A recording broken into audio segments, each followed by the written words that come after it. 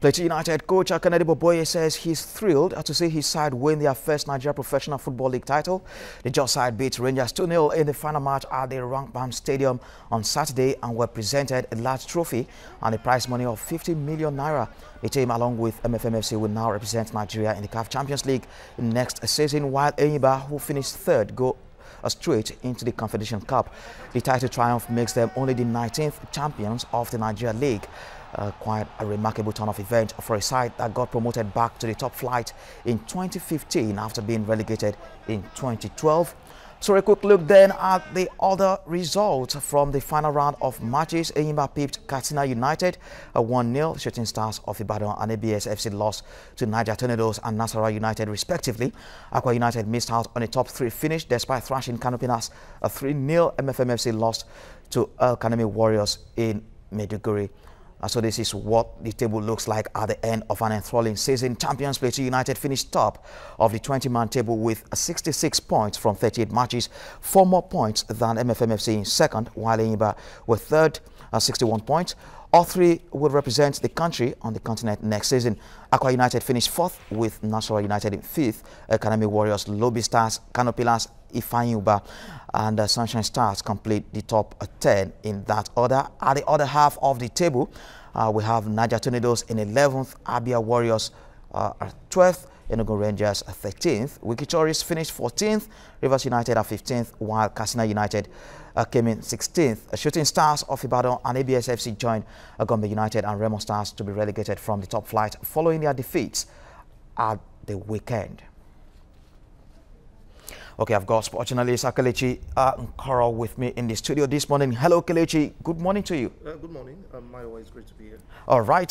You were present at the Rampant Stadium in Jos at the weekend to witness how Plateau United were crowned champions of the Nigerian Professional Football League. Must have felt special indeed for the team and the entire people of Jos. It was a special occasion for the people of Jos. It was a packed stadium. Interestingly, it continues security issues, but what was amazing was to see how there was no single space. Even in the VIP, you had people standing, you had everyone wanting to be a part of this. It was the first time that Plateau United would win the Premier League, so the whole state wanted to be a part of this atmosphere. All right, indeed, I'm going to have to put you on hold for a moment. I'll continue with you because we've got chairman of the Nigerian League Committee, that's Alhaji Shehu Diko, who joins us now on the breakfast show. Hello, good morning. Thanks for joining us. A pleasure to be here. All right, first, how would you describe the just concluded NPFL season where Plateau United are champions?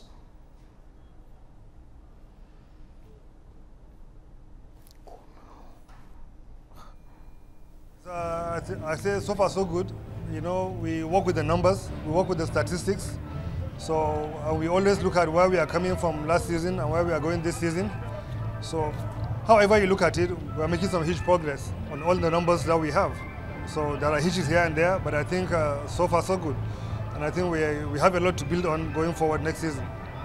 All right, well, this season looked seamless, with many rating it already as perhaps the best ever in the history of the Nigerian League. But I'm sure it's not one without hitches. What are the major challenges you faced?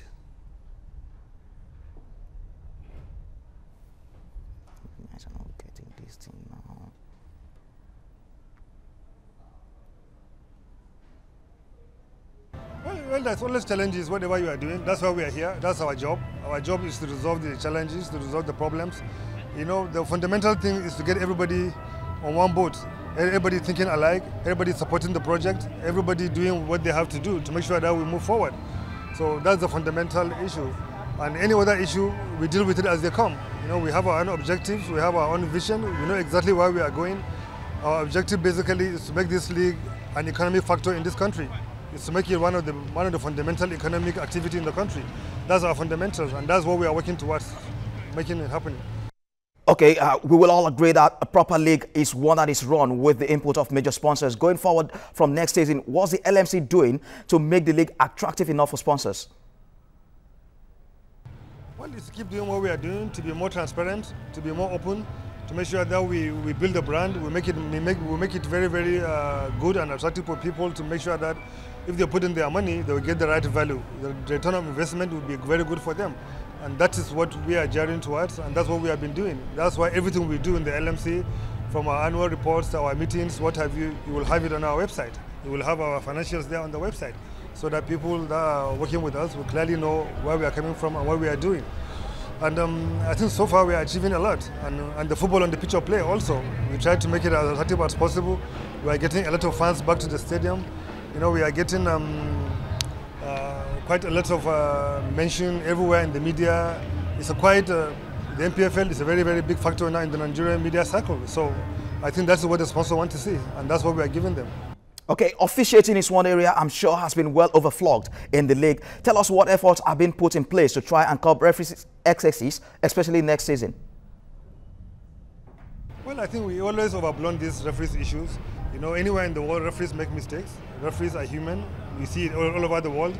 But in our own case, we always pick on the referees to make them the scapegoats. And that is what have really been making the fans to be picking out on them.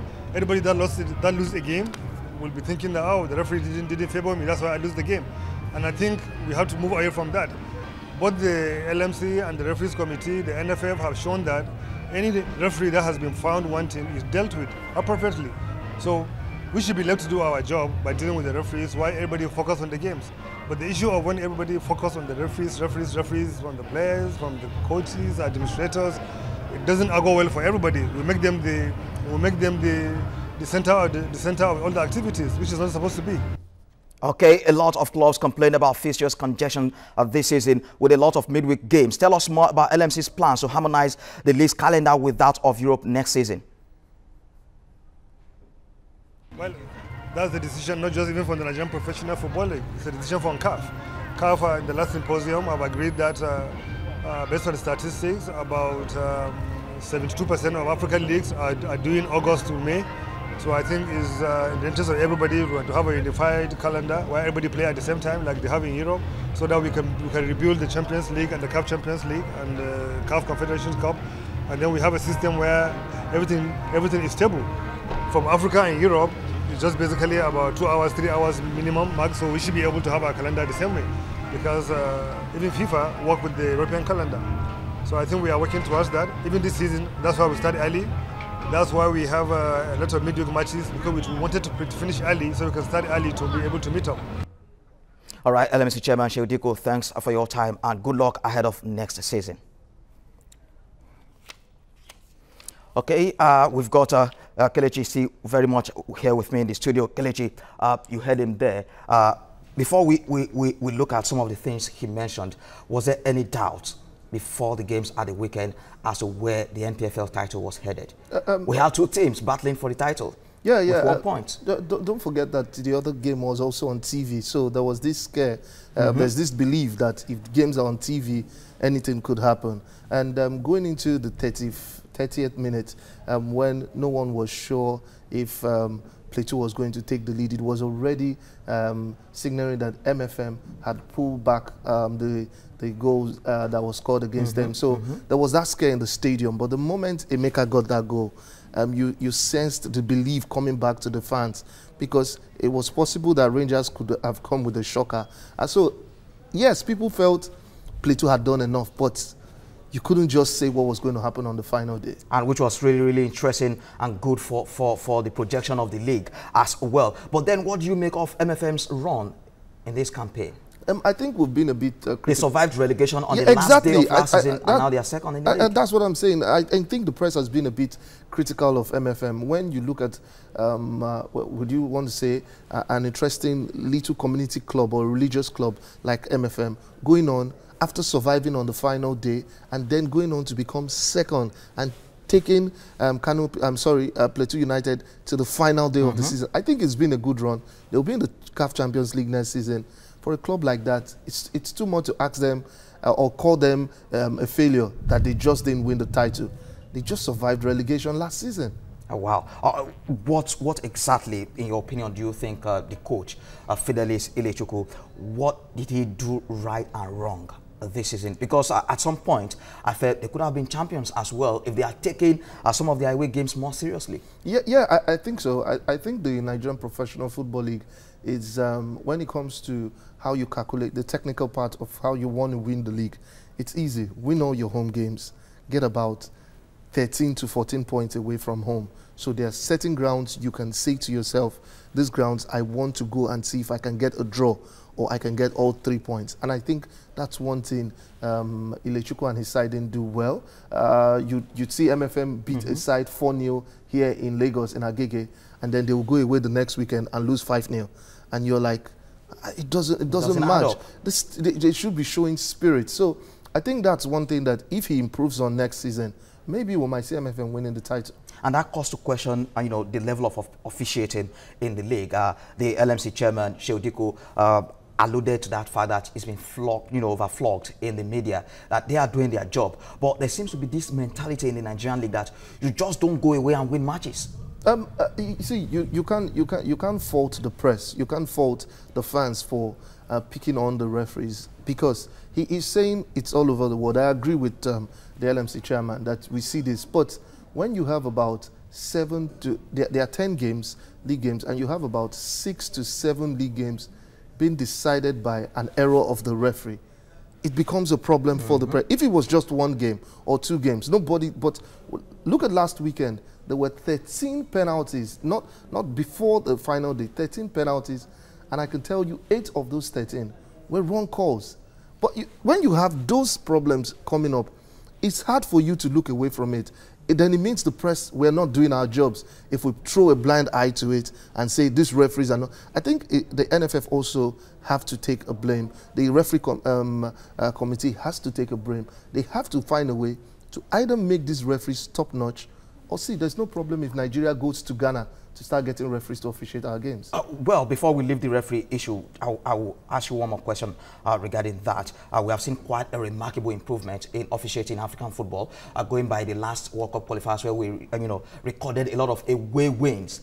That was unprecedented in African football history. And it might not be unconnected with that decision taken by FIFA to have a Senegal-South Africa match replayed because of a certain call by a Ghanaian referee in that match. The referee was banned for life, and FIFA ordered that match to be replayed. So if you really want to curb all these, wrong calls in your league and you want the league to grow, what do you think should be the lasting, a telling, solution to this referee problem?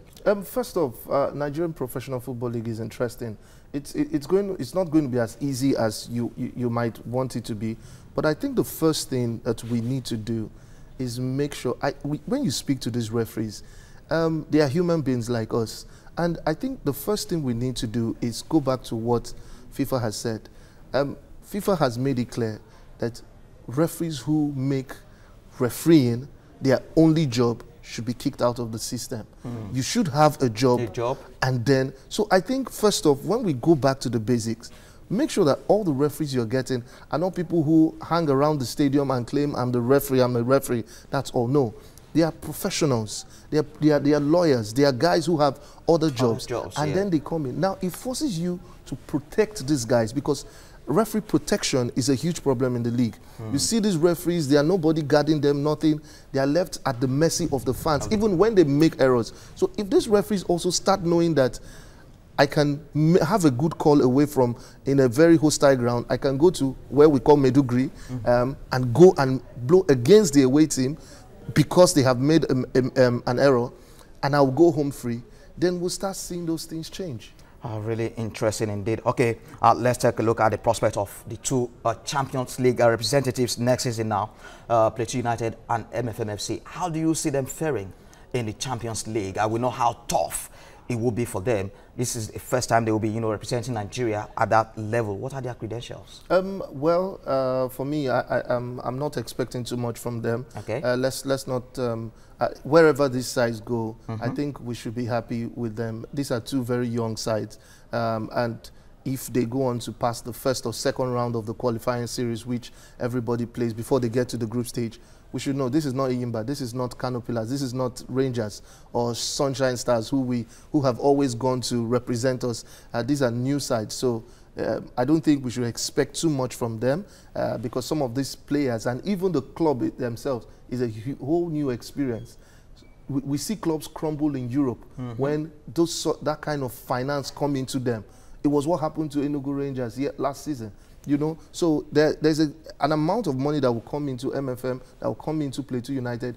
It might cost some. They are not used to this. So I don't want to expect too much from them. But one thing I would say, I was opportune to be with, I went to Plateau with the national team coach, Gernot Rohr, and he said something. He said, we journalists have been asking him to invite a lot of home-based players to the national team. Now, if we really want that to be as easy for him as we are claiming it to be, then our teams need to start performing well at the CAF Champions League, because that's the first stage of an international phase of club football where he can now judge about that. If we look at when last did the Nigerian side make it to the group stage, when last did we really make ourselves a name to reckon with in African football. In African football when it comes to club level. Since the days of Enyimba, perhaps, and that caused the question of what these two coaches would do, Kennedy Boboye and Fidelis Ilechukwu. There will be this sort of temptation. Should we stick with a bunch of the players who won us the league title and finish us second, or we just go into the market and get new players, quality players to strengthen our team? Whichever they go with, it will still be a challenge, because if you have plenty players coming, they will have the problem of gelling together. But also, if you want to win the CAF Champions League, you have to do like the North Africans or Mamelodi Sundown does. You have to open the door, get a lot of African players, get a lot of experienced players in that understand the CAF Champions League. Yes, they've won the Nigerian Professional Football League, but the CAF Champions League is a different ballgame. You need the experience. You need to know what it takes to go to the Northern African clubs and face those lasers where the fans are point lasers at your eyes, and you have to you need that experience. And I don't think these guys are exposed to such experience. I want us to take our mind back to when the first time Mikel Obi ever played for the national team. He walked out in that team. You'd have noticed that. You would see the inexperience in his eyes. He was like, wow, the national team football be this, the Nations Cup be this. You know, so that alone can overwhelm players. And before you know what you're doing, 15 minutes, your 3 goes down. So I think they need to go out, spend big, get experienced players, even if it's Nigerian players who are playing in clubs who have played in the CAF Champions League. Bring them back home, get them into your team to push your cause further. Okay, let's talk about the post-champions now, Rangers. Whatever happened to them, it seems this champions effect is taking a hold on them. We saw it happen with Chelsea, Leicester City. Now it has happened to them. What went wrong for Rangers? I think, like I said there's what you'll be exposed to. Rangers were not, I'm not sure they were ready for that kind of success. And the moment he came in, you start seeing changes. They took out the former man, brought in the chairman himself, Christian Chukwu, into the club side. Christian Chukwu wanted to show he was the boss, bring a lot of changes. It didn't work well with him and Imama. Imama was looking for money to get new players in, started having issues. Rangers started having off the pitch football, which we now know that football has gone beyond the pitch. Once you have problems in the board, once you have problems outside football, it affects what happens on the pitch. And I think that's what happened to Rangers. So by the time they settled everything, it's good to see that they didn't get relegated, because it was a huge scare for their fans that they could have gotten relegated. But did you think Imama's involvement with the national team had anything to do with their form in the league? Well, I don't think so, because he also did the same thing with the national team. He was also, and he went on to win the league. I don't think it was a huge problem. I think it was somebody wanted to show that I'm the boss in this club. And it didn't go well with everybody. It didn't go well with some of the players. It didn't go well with Imama and the management. We saw the interesting car scenario that had Imama detained for some minutes, that he took the state car. You see, all those, I think, was what made the Rangers go down the way they did. Another side who will be feeling very disappointed should be Enyimba International. They thought they would bounce back this season, perhaps, have a run for the title. And in the end, they lost out on the title and also missed out on a place in the Champions League. They were pipped to it by MFM FC. Should they really be disappointed or be happy with themselves? They finished third. I'm one who says when a big club goes down, every progress you take towards bringing yourself back should be seen as a progress. Enyimba were not in the continent last season, and now they will be playing in the CAF Confederation Cup. So I think it's just like Manchester United. When they got knocked out of Europe, they came back, they went into the Europa League, and then They won the Europa League, and now they are back into the Champions League. So I think for Enyimba, they should be happy that they are back seeing continental football. Now they can build on that, Benga Gupote and his boys, and see what they can do to make themselves back into the Champions League and maybe win the league next season. Okay, yeah. What would they need to do if they want to have a claim? Because I think Nigerians are really yearn for Enyimba's return in the CAF Champions League. They seem to be perhaps in quotes the only experienced Nigerian side. They won it back to back. They're the first African side to do so. Won it back to back, and they seem to be experienced on the continent, especially going to those away games in the Northern African countries. Yeah, but let's not lie to ourselves. Enyimba themselves as a club don't look to be as organized as they were then. Then there's a factor that helps clubs in Nigeria. If you have, especially state-owned clubs, if the state government, like we saw with Plateau United, the governor from match day 3 came out and said he was going to give everything he had to make sure that club went on to do well. So if you have state-owned clubs not being supported by the government, it becomes a problem. So I think for Enyimba, it's more about Anya Siago wanting Enyimba to do well than I think the governor of even Abia State. All right, thank you very much indeed. A huge disappointment, especially for those who got relegated at the end of last season. You've got ABS, Gombe United, Remo Stars, and Shooting Stars. We understand their relegation might not be confirmed yet. Yes, it's not yet confirmed. The Wiki and Gombe Wiki game was abandoned, so we're waiting for final statement from the LMC. From the LMC. All right, thank you very much, indeed, Kelechi Nkoro, for your time on the program. Thank you so very much. Thank you. All right, that's all from me for now. Mayowa Ajayi.